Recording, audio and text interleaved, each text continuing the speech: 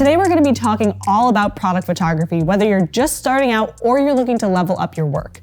We have 3 different products here to use as our examples. We have some cosmetics, coffee, and candles. With these, I'll show you how you can set them up for a beginner, mid-level, and pro-level commercial shoot.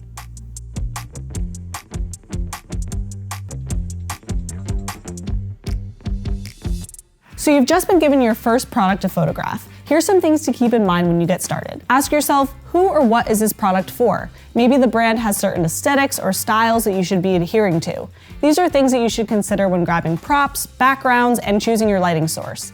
For example, if the company that you're working with gravitates towards a clean, minimalistic branding, maybe put down the cherry red seamless backdrop. Also, when choosing props, remember it's always quality over quantity. Research your product ahead of time and see if there are any key ingredients that you could feature or any other relevant items that will bring a bit of intrigue to the overall image.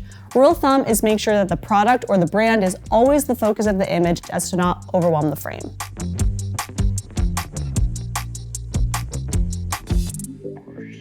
If you're just dipping your toe in with product photography, it may feel daunting with all of the gear on the market. But let's start with some user-friendly gear and some shooting tips to get you started.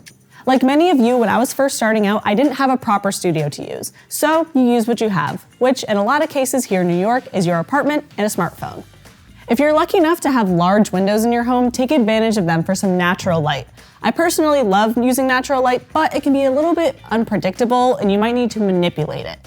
This could be as simple as a sheer curtain for diffusion, or you could balance the light with reflectors, mirrors, or even white cardboard. If you find yourself needing a little extra oomph, a small LED light would be a nice addition like the Nanlite Photoshoot. It's also important that the LED be a bicolor light so you can match it with the naturally occurring light that you already have.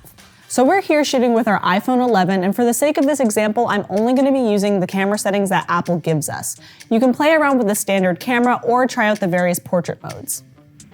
So for the beginner level shoot, obviously you can see that we were using natural light and these really big windows offered an abundant amount of it. So the only real obstacle that we had here was to manipulate the light. So we did that with a few different modifiers here. We used our reflector to bounce some of the light back into the frame. I also used a really small mirror, which was able to concentrate the light right onto the logo of the Ordinary serum that we had here.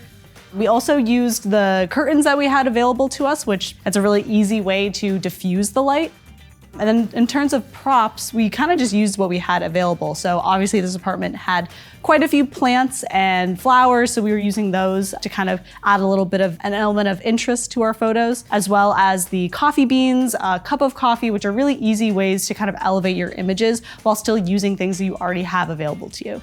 In addition to the natural light, the Nanlite Photoshoot, the really small ones, were really great to just add a pop of light at a very specific area. They're really great to just concentrate that to a spot that's a little bit darker. You can also change the color temperature on them to match the light that you already have, which is awesome. And these are a kind of light that will just grow with you throughout your photo career, which is why I think that they're great to have on hand, especially as a beginner. They'll just keep growing with you. You'll keep using them.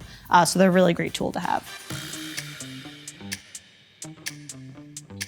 All right, so you're looking to graduate from your smartphone to a mirrorless camera. Congratulations! If you're looking to up your game a little, I would recommend looking into a user-friendly mirrorless camera, and we happen to have a video that can help you choose your first. We'll link it in the description. Now you have much better control over your exposure settings, resolution, and perspective. For the purposes of this demo, we're using the Canon R6 as well as the Sony ZV-E10 II. If you're looking at lenses for a strictly studio setup, a macro prime would be a great lens to start with. They provide incredible detail and allow you to be physically close with your subject, giving it a larger-than-life perspective. Personally, I'd gravitate towards something like an 85mm or a 100mm. We have a 100mm macro lens here, and I would think of these as investment pieces that will last you throughout your whole career. However, if you think that you may be shooting both lifestyle, portrait, and studio product images, you may be leaning towards a zoom lens to cover all of your bases. Even though you may want to shoot handheld, I would advise getting a small photo tripod with a ball head like the Robus RCC 3060. You really just want something that's lightweight and compact enough that you can move around easily while still getting you the angles that you need. For our mid-level photographers, you may still be shooting in an apartment, but perhaps you're also using it as a small photo studio. So we're going to want to upgrade our lighting setup. You can definitely still utilize natural light, but it will never be 100% consistent. If you're a hybrid photo and video shooter, this is where you may want to gravitate towards a continuous LED light over a strobe light, because then you can mix and match it more easily for video projects. But if you're interested in strobes, the real benefit here is the amount of power that you're getting per shot, which allows you full creative control over your exposure settings. I'd look somewhere in the 400 watt range to start, and you could mix in with a smaller light as well, like a 250 or even a 100 watt. You will also want a few light modifier options like softboxes. When buying a softbox, you want to think about the size and shape of your products and try and match those to your modifiers. For example, if you're shooting a glass cosmetics bottle like we are here, you'll want at least one thin rectangular modifier, aka strip light, which will give you a beautiful shape along the side.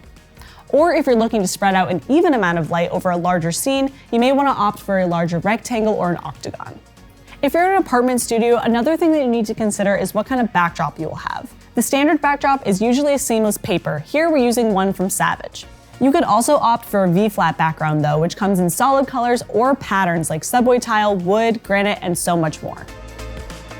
So for the mid-level shoot, we're using a combination of the V-flats, and I chose the marble one for the cosmetic serum because it's definitely more of a clean aesthetic, so I wanted something that was gonna match that style. I also used some cucumbers here as a prop. Although it's not an ingredient in it, I would say that it's adding to the overall experience that you would have when you're using it. It's very refreshing, so cucumbers here to sort of represent that. For the coffee shoot that we were using the blue backdrop because it matches the blue of the packaging. I also included some ingredients that were featured in the coffee. So we've got notes of chocolate, we have notes of walnut. So I decided to include those as well as little props. For the candle, I chose the continuous light to show that as an option here. And I used that on the wood surfaces that were included in the apartment. I also wanted to note that we're using the strobes here for the mid-level shoot. This basically, like I said, gives us the most power that we can have for our shoot. It gives us full control over our exposure settings, so I can basically shoot at any aperture I'd like. I can make these more powerful or less powerful, and it just gives me a full range of options when I'm shooting. So when we were shooting the candle for the props, since it's a fern and moss scented, we used one of the many plants that were available for us in this apartment, which kind of show the sort of nature aspect of this candle, bringing that greenery back.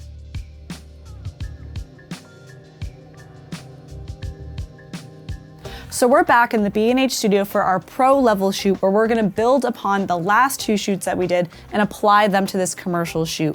Now, every photographer has their preferred camera body system, but for this demo, we're gonna be using the Canon R5 and our 100mm macro lens. And like I mentioned before, a macro lens is perfect for this kind of photography because you can really get as close to your subject as you want, and it gives it this larger than life perspective.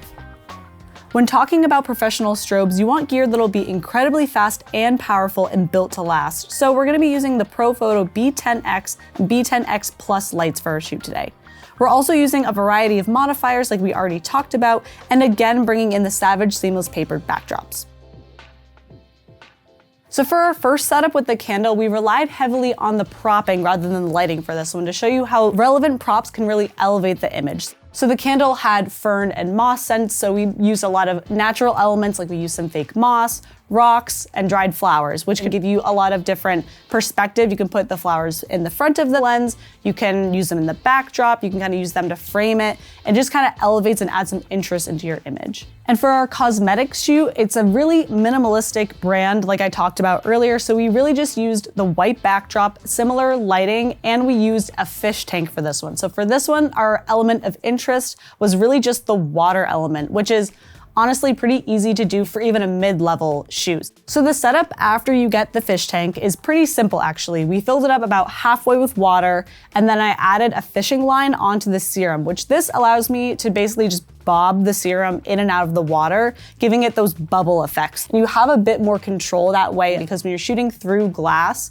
the autofocus sometimes will just miss. But if you have it on a string, you can kind of manage where on the plane that it's gonna be and just hit every single time. So for the coffee setup, I was really focusing on getting one specific image, which I'm basically going to composite in Photoshop. So for this photo, we use the high-speed sync option on our strobes, which allows us to capture motion a lot easier. So I had our coworker Nick here pour the coffee beans into the mug, which is gonna be our first image. We made sure that we got a nice layer of them, they're all in focus, and we got enough length in between the bag and the mug. And then for our second image, I had him pour coffee into the mug to give us this splash, which again, we're using the high-speed sync for. So basically what I'm gonna do is bring this into Photoshop and use the first images of the beans being poured into the mug, and then I'm gonna composite it with the second image of the splash, giving us one continuous photo. So a lot of commercial photographers will do this, they'll use composite images. It's not all real, unfortunately. Probably shouldn't use that.